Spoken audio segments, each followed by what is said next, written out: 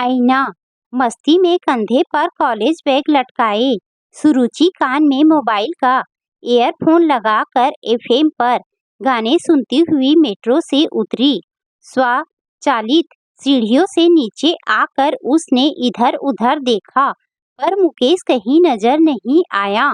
अपने बालों में हाथ फेरती हुई सुरुचि मन ही मन सोचने लगी कि मुकेश कभी भी टाइम पर नहीं पहुंचता है, हमेशा इंतजार करवाता है। आज फिर लेट। गुस्से से भरी सुरुचि ने फोन मिलाकर अपना सारा गुस्सा मुकेश पर उतार दिया। बेचारा मुकेश जवाब भी नहीं दे सका, बस इतना कह पाया, ट्रैफिक में फंस गया हूँ। सुरुचि फोन पर ही मुकेश को एक छोटा बालक समझकर डांटती रही और बेचारा मुकेश चुपचाप डांट सुनता रहा। उसकी हिम्मत नहीं हुई कि फोन काट दे। 3-4 मिनट बाद उसकी कार ने सुरुचि के पास आकर हल्का सा हॉर्न बजाया। गर्दन झटक कर सुरुचि ने कार का दरवाजा खोला और उसमें बैठ गई, लेकिन उसका गुस्सा शांत नहीं हुआ। जल्दी नहीं आ सकते थे? जानते हो, अकेली खूबसूरत जवान लड़की सड़क किनारे किसी का इंतजार कर रही हो तो आते जाते लोग कैसे घूर कर देखते हैं, कितना अजीब लगता है। लेकिन तुम्हें क्या, लड़के हो, रास्ते में कहीं अटक गए होगे किसी खूबसूरत कन्या को देखने के लिए? अरे बाबा, शांत हो कर मेरी बात सुनो। दिल्ली शहर के ट्रैफिक का हाल तो तुम्हें मालूम है, कहीं भी भीड़ में फंस सकते हैं। ट्रैफिक का बहाना मत बनाओ, मैं भी दिल्ली में रहती हूँ। तुम तो मेट्रो में आ गई, ट्रैफिक का पता ही नहीं चला, लेकिन मैं तो सड़क पर कार चला रहा था। बहाने मत बनाओ, सब जानती हूँ तुम लड़कों को। कहीं कोई लड़की देखी नहीं कि रुक गए घूरने या छेड़ने के लिए? तुम इतना विश्वास के साथ कैसे कह सकती हो? विश्वास तो पूरा है, पर फुर्सत में बताऊंगी कि कैसे मुझे पक्का यकीन है। तो अभी बता दो, फुर्सत में। इस समय तो तुम कार की रफ्तार बढ़ाओ, मैं शुरू से फिल्म देखना चाहती हूँ। देर से पहुँचे तो मजा नहीं आएगा। सिनेमा हॉल के अंधेरे में सुरुचि फिल्म देखने में मस्त थी। तभी उसे लगा कि मुकेश के हाथ उसके बदन पर रेंग रहे हैं।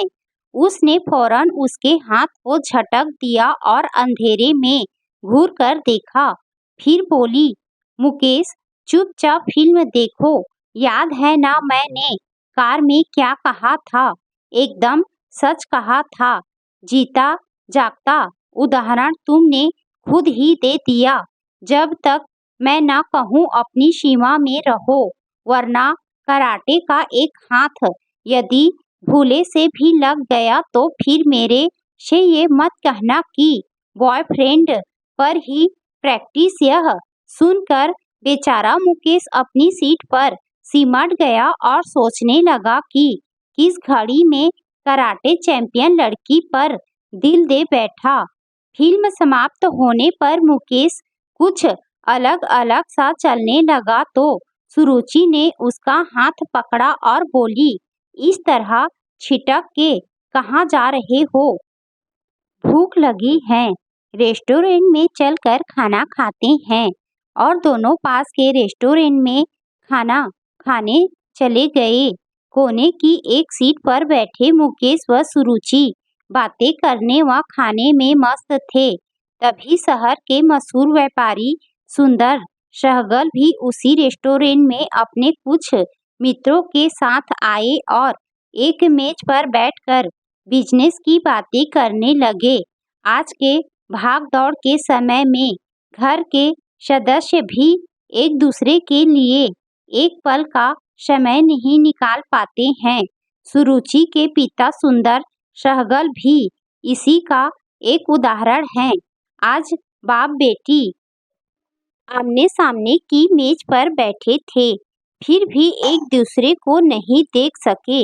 लगभग 1 घंटे तक रेस्टोरेंट में बैठे रहने के बाद पहले सुरुचि जाने के लिए उठी।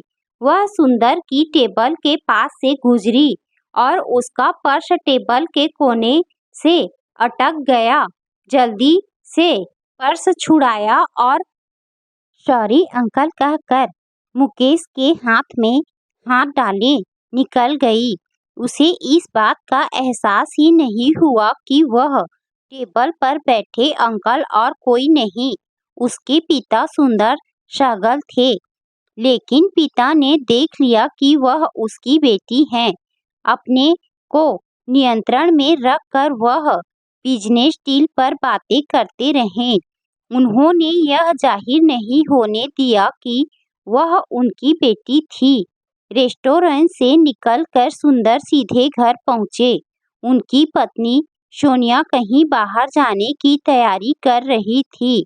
मेकअप करते हुए सोनिया ने पति से पूछा, क्या बात है, दोपहर में कैसे आना हुआ? तबीयत तो ठीक है ना? हाँ ठीक है, तबीयत ठीक है तो इतनी जल्दी? कुछ बात तो है। आपका घर लौटने का समय रात 11 बजे के बाद ही होता है। आज क्या बात है? कहाँ जा रही हो? किटी पार्टी में, और कहाँ जा सकती हूँ? एक सफल बिजनेसमैन की बीवी और क्या कर सकती है? किटी पार्टी के चक्कर कम करो और घर की तरफ ध्यान देना शुरू करो। आप तो हमेशा व्यापार में डूबे रहते हैं। यह अचानक घर की तरफ ध्यान कहाँ से आ गया? अब समय आ गया है कि तुम सुरुचि की ओर ध्यान देना शुरू कर दो। आज उसने वह काम किया है जिसकी मैं कल्पना नहीं कर सकता था।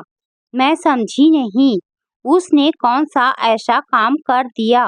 खुलकर बताइए। क्या बताऊं? कहाँ से बात शुरू करूं? मुझे तो बताते हुए भी शर्म आ रही है।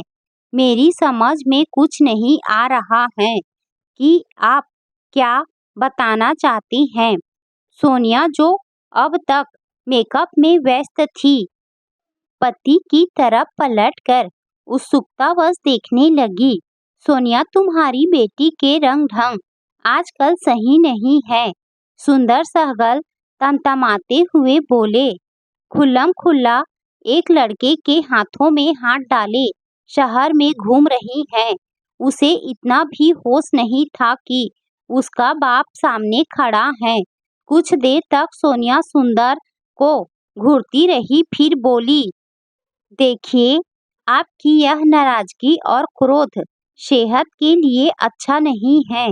थोड़ी शांति के साथ इस विषय पर सोचें और धीमी आवाज में बात करें। इस पर सुंदर सहगल का पारा 7वें आसमान पर पहुंच गया। चेहरा लाल हो गया और ब्लड प्रेशर ऊपर हो गया। सोनिया ने पति को दवा दी और सहारा देकर बिस्तर पर लिटाया। खुद का किटी पार्टी में जाने का प्रोग्राम कैंसल कर दिया। सुंदर को चैन नहीं था। उसने फिर से सोनिया से सुरुचि की बात शुरू कर दी। अब सोनिया, जो इस विषय को टालना चाहती थी, ने कहना शुरू किया, आप इस बात को इतना तूल क्यों दे रहे हैं? मैं मुकेश से मिल चुकी हूँ। आजकल लड़का लड़की में कोई अंतर नहीं है। कॉलेज में एक साथ पढ़ते हैं, एक साथ रहने घूमने फिरने में कोई एतराज नहीं करते। और फिर मुझे अपनी बेटी पर पूरा भरोसा है कि वह कोई गलत काम कर ही नहीं सकती है। मैंने उसे पूरी ट्रेनिंग दे रखी है। आपको मालूम भी नहीं है, वह कराटे जानती है और 2 बार मंचलों पर कराटे का इस्तेमाल भी कर चुकी हैं। सोनिया, तुम सुरुचि के गलत काम में उसका साथ दे रही हो। सुंदर सहगल ने तमतमाते हुए बीच में बात काटी। मैं आपसे बार बार शांत होने के लिए कह रही हूँ। और आप हैं कि एक ही बात को रटे जा रहे हैं। आखिर वह है तो आपकी ही बेटी, तो आपसे अलग कैसे हो सकती हैं? आप अपनी जवानी के दिनों में याद कीजिए, 25 साल पहले आप क्या थे? एक अमीर बाप की बिगड़ी औलाद जो महज मौज मस्ती के लिए कॉलेज जाता था। आपने कभी कोई क्लास भी अटेंड की थी? याद करके बता सकते हैं मुझे तुम क्या कहना चाहती हो, वही जो आप मुझसे सुनना चाह रहे थे। आपका ज़्यादातर समय लड़कियों के कॉलेज के सामने गुजरता था। आपने कितनी लड़कियों को छेड़ा था, शायद गिनती भी नहीं कर सकते। मैं भी उन्हीं में से एक थी।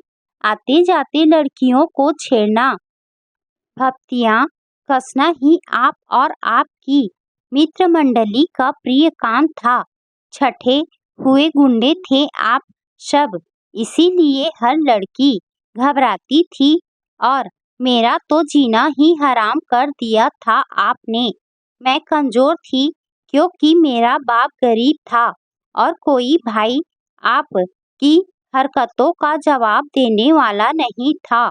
इसीलिए आपकी हरकतों को नजरअंदाज करती रही। हद तो तब हो गई थी जब मेरे घर की गली में आपने डेरा जमा लिया था। आते जाते मेरा हाथ पकड़ लेते थे। कितना शर्मिंदा होना पड़ता था मुझे।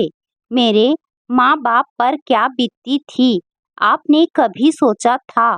मेरा हाथ पकड़कर खींची कर पूरी गुंडों की टोली के साथ हंसते थे। शर्म के मारे जब एक सप्ताह तक मैं घर से नहीं निकली तो आप मेरे घर में घुस आए।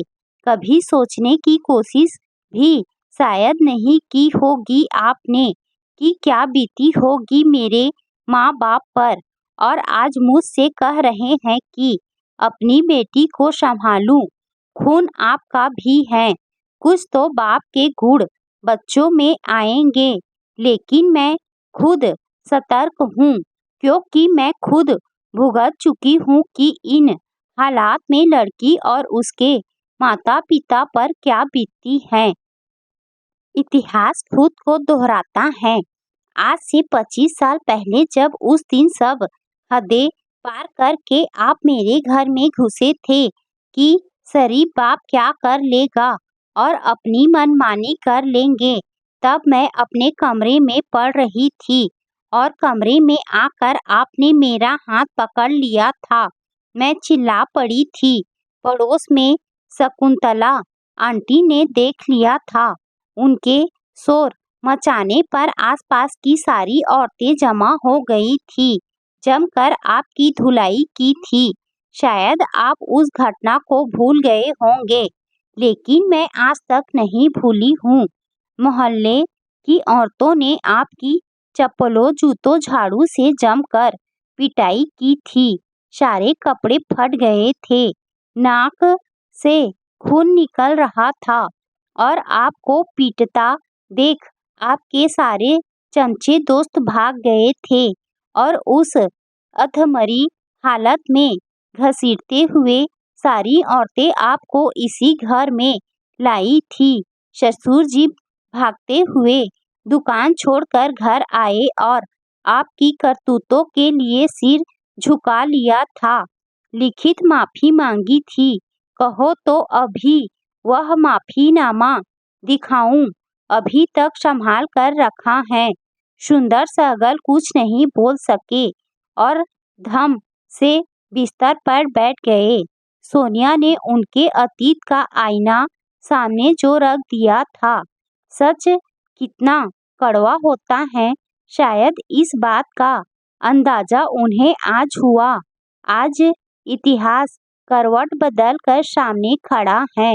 खुद अपना चेहरा देखने की हिम्मत नहीं हो रही है। शुद्ध बुद्ध खोकर वह शून्य में गुम हो चुके थे। सोनिया क्या बोल रही है, उनके कान नहीं सुन रहे थे, लेकिन सोनिया कहे जा रही थी, आप सुन रहे हैं ना? चोटग्रस्त होने की वजह से 1 हफ्ते तक आप बिस्तर से नहीं उठ सके थे। जो बदनामी आपको आज याद आ रही है, वह मेरे पिता और ससुर जी को भी आई थी। बदनामी लड़के वालों की भी होती है। एक गुंडे के साथ कोई अपनी लड़की का ब्याह नहीं कर रहा था। चारों तरफ से नकारने के बाद सिर्फ 2 ही रास्ते थे आपके पास, या तो किसी गुंडे की बहन से शादी करते या कुंवारे रहकर सारी उम्र गुंडागर्दी करते। जिस बाप की लड़की के पीछे गुंडा लग जाए, वह कर भी क्या सकता था। ससुर जी ने जब सब रास्ते बंद देखकर मेरा हाथ मेरे पिता से मांगा तो मजबूरी से दबकर एक गुंडे को ना चाहते हुए भी उन्हें अपना दामाद स्वीकार करना पड़ा।